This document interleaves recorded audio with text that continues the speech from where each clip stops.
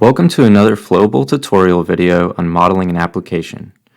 Now that we have the ability to select a team leader, we are going to add the ability to select a team with multiple evaluators, and eventually give them all tasks to complete. Go back to the Team Select form within the process we created in the last video. Drag a subform element onto the form and label it Evaluations. Next, select the Multiple Elements checkbox on the subform's properties. Checking this property gives the user the ability to see multiple forms within this subform. Leaving the Show Add button and Show Remove button checked will enable the user to add or remove these form elements. We will uncheck these for now, as we will want to have a set amount of evaluations for our application. We also want to require the user to enter 2 evaluations. To do this, enter 2 in the minimum and maximum elements field under validation. Make sure that the store subform in a single variable box is checked, since we will be referencing data from the subforms later on. Finally, add a new form reference for this subform called Evaluator Select Form and hit Create. Now that we are in the subform, drag a person element to the subform, much like we did for Team Leader, and label it Evaluator.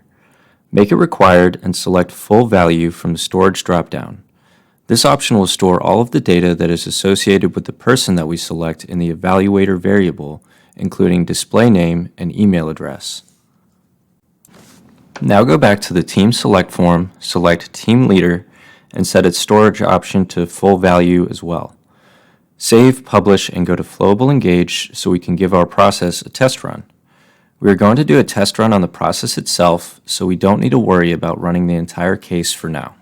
Go to Work, Create New, and select our evaluation process to run. Once the process has begun, we should see the Team Select task under Open Tasks. Select the task and notice on the form that 2 instances of the evaluation subform have been created, which aligns with the minimum value that we chose. Select some example users and hit Complete. To demonstrate how the evaluators were stored in Flowable, we can click on our user icon in the bottom left and then Show Flowable Inspect. Flowable Inspect allows us to view things such as variables and exceptions that happened while the process instance was running. Click on Edit for the evaluations variable, and we can now see the data that has been stored within. Each element of the evaluations array is an evaluation object containing all of the fields in the subform. Since evaluator was the only element, the object only contains this. Within the evaluator, we can see all of the data for that person since we opted to store the full value rather than just the ID. Flowable Inspect is a powerful tool that is especially useful when creating complex processes and cases.